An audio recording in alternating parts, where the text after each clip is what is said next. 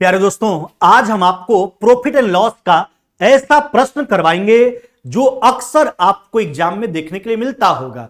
यानी आपके एग्जाम में बार बार इस तरह का प्रश्न पूछा जाता है। चलिए देखते हैं। पहला नंबर प्रश्न कहता है 5 रुपया में 6 की दर से खरीदे गए आम यदि 6 रुपया में 5 की दर से बेचा जाए तो कितने प्रतिशत का लाभ या हानि होगा। देखो मेरे भाई, जब भी इस प्रकार का प्रश्न पूछे तो एगो का, यहां आम का चर्चा हो चाहे कोई भी वस्तु हो, एक वस्तु का आप क्रय मूल्य निकालिए और उसका विक्रय मूल्य निकाल लो, है ना। आपको पता लग जाएगा कि लाभ होने वाला है कि हानि, उसका प्रतिशत निकाल करके उत्तर कर दीजिए, है ना।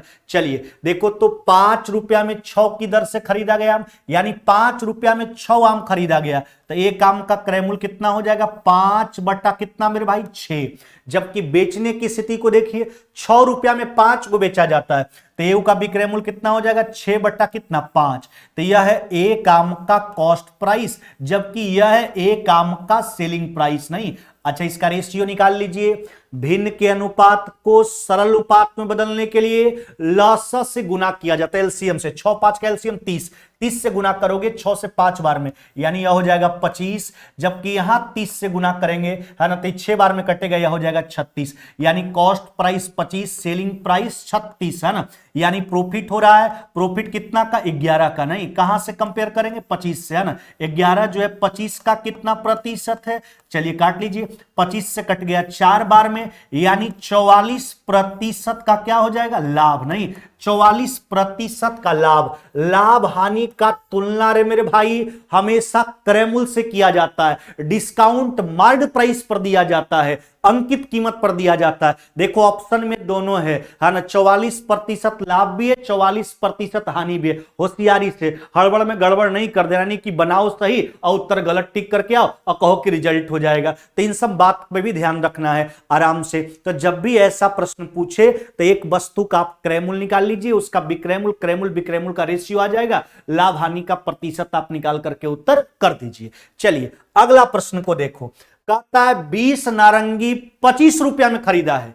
अच्छा, दुकानदार एक समझ लीजिए, एक विक्रेता जो है 20 नारंगी 25 रुपया में खरीदा है, तब 25 रुपया में 20 नारंगी खरीदा, तो एक नारंगी का कीमत कितना हो जाएगा 25 बटा 20। और बेचने का स्थिति कैसा है, 25 नारंगी 20 रुपया में बेचता है, तब 20 रुपया में 25 नारंगी बेचता है, तो एक नारंगी का विक्रय मूल्य 20 बटा कितना 25, यानी एक नारंगी का कॉस्ट प्राइस और सेलिंग प्राइस लिखा हुआ है। चलिए इसका रेशियो देते हैं। देखो 5 से 5 बार में कितना बार में 4 बार में, है ना।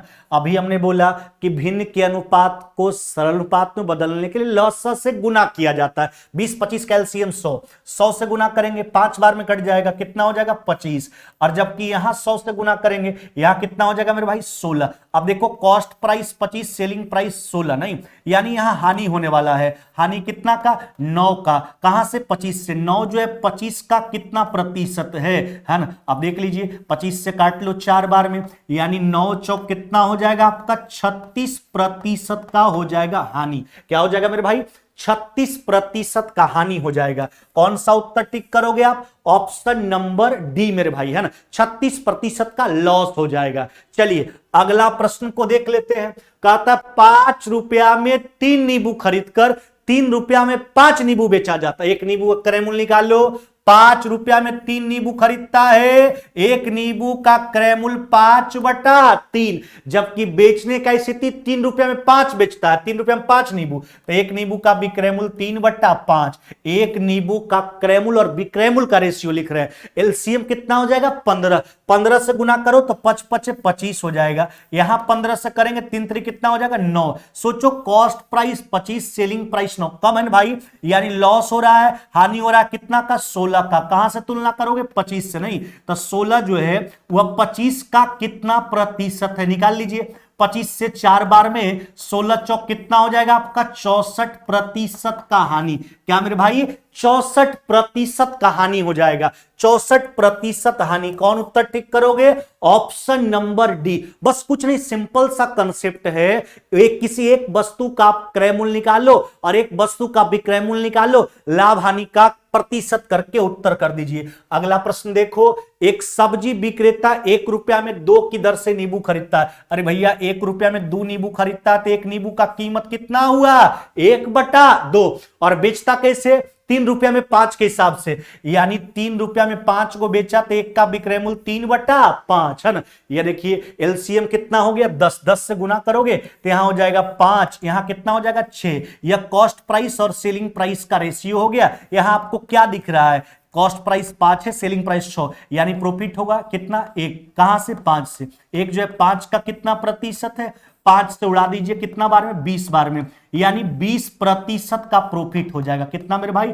20% का प्रॉफिट हो जाएगा, लाभ हो जाएगा। कौन सा उत्तर टिक करोगे? ऑप्शन नंबर आपका बी हो जाएगा। चलिए अगला प्रश्न पे आ जाते हैं। कहता एक व्यक्ति कुछ कलमें 15 रुपया में 4 के हिसाब से खरीदता है। अच्छा, तो एक कलम का कीमत कितना? 15 बटा कितना? 4। जबकि कहता है 25 रुपया में 6 के हिसाब से बेचता है, तो एक का विक्रय मूल्य 25 बटा कितना हो गया आपका? 6। नहीं, 25 बटा कितना हो गया मेरे भाई? 6 हो गया। एक कलम का क्रय मूल्य निकाले, एक कलम का विक्रय मूल्य निकाल लिए। देखो 15 रुपया में 4 कलम, एक कलम का क्रय मूल्य 15 बटा 4, बेचता है 25 रुपया में 6 के हिसाब से, 25 रुपया में 6 को बेचा, एक का विक्रय मूल्य 25 बटा 6। चलिए देख लो, यहां से 5 कॉमन करो तो यहां हो जाएगा 3, यहां कितना हो जाएगा मेरे भाई? 5 है ना। एलसीएम कितना हो गया? 12। 12 से गुना करोगे तो यह कितना हो जाएगा आपका? 9। नहीं, 3 बार में कटेगा। यहां 12 से करोगे तो कितना हो जाएगा? 10। अब खुद सोचिए यहां क्या हो जाएगा? प्रॉफिट हो रहा है। नहीं, अच्छा प्रॉफिट कितना का? 1 यूनिट का। कहां से तुलना करोगे? 9 से। 1 जो है 9 का कितना प्रतिशत है? 100 बटा 9, 11.1/9% का लाभ। 11.1/9% का लाभ। कौन सा उत्तर टिक करोगे? ऑप्शन नंबर आपका ए हो जाएगा। तो हमने कुछ भी आपको इस प्रकार के प्रश्न में ना तो रटने के लिए बोला, ना तो लंबा चौड़ा लिफाफा कुछ करने के लिए बोला, बस सिंपल सा बात बोला गया, एगो का क्रय मूल्य एगो का विक्रय मूल्य का रेशियो निकालो, प्रॉफिट और लॉस का प्रतिशत निकाल करके जो भी स्थिति बनता है आप उत्तर कर दीजिए। अगर मेरा कंसेप्ट आपको अच्छा लगता हो तो सबसे पहले आप वीडियो को लाइक कीजिए और धड़ाधड़ सभी जगह आप शेयर कर दीजिए वीडियो को। और जो भी मेरे चेला लोग भाई बहन अभी तक चैनल को सब्सक्राइब नहीं किए हैं, चैनल को जल्दी से सब्सक्राइब कर लीजिए और साथ में बेल आइकन को भी दबाना ना भूले, ताकि इसी प्रकार का वीडियो जो है आपको प्रतिदिन मिलता